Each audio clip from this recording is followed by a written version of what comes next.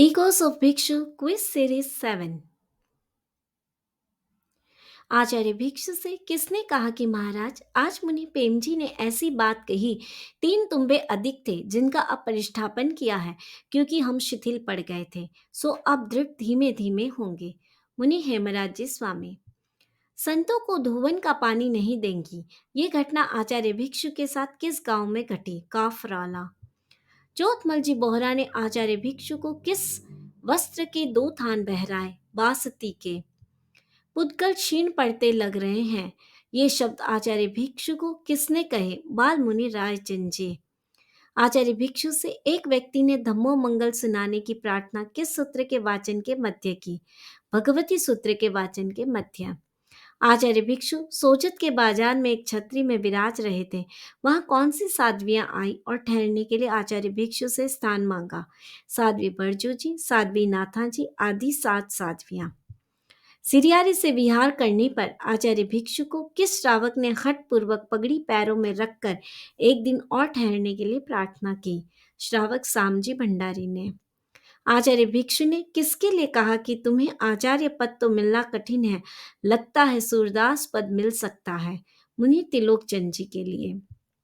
आचार्य भिक्षु ने किससे कहा कि तुम खड़े खड़े समग्र उत्तराधीन सूत्र का पुनरावर्तन किया करो? बाल मुनि भारमल जी को।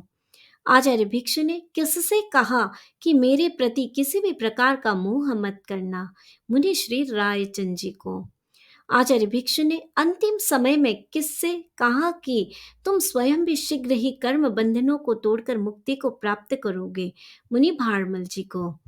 आचार्य भिक्षु ने किस श्रावक के लिए कहा कि मानो शायक सम्यक्त्व के धनी है? विजय चंद जी पटवा। आचार्य भिक्षु के समय सिरियारी में 13 पंथ के कितने घर थे? 781। आचार्य भिक्षु के समय सिरियारी में ओसवालों के कितने घर थे? 981। आचार्य भिक्षु के दर्शन करने पर किस श्रावक की बेड़ियां टूटी? शोभजी श्रावक की। आचार्य भिक्षु शोभजी श्रावक को दर्शन देने के लिए गए, तब कहाँ पर बेड़ियां टूटी? नाथ द्वारा के कारागृह में। आचार्य भिक्षु के पद्य रचना के दशमांश के रूप में शोभजी ने कितने पद्यों की रचना की? 3800। सबसे पहले कितने श्रावक एक साथ आचार्य भिक्षु के भक्त कब और कहाँ बने? विक्रम संवत 1817। 13 श्रावक जोधपुर में।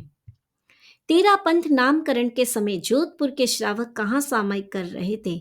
आचार्य भिक्षु स्थानकवासी साधु के रूप में अंतिम चातुर्मास जोधपुर किया, उन दुकानों में।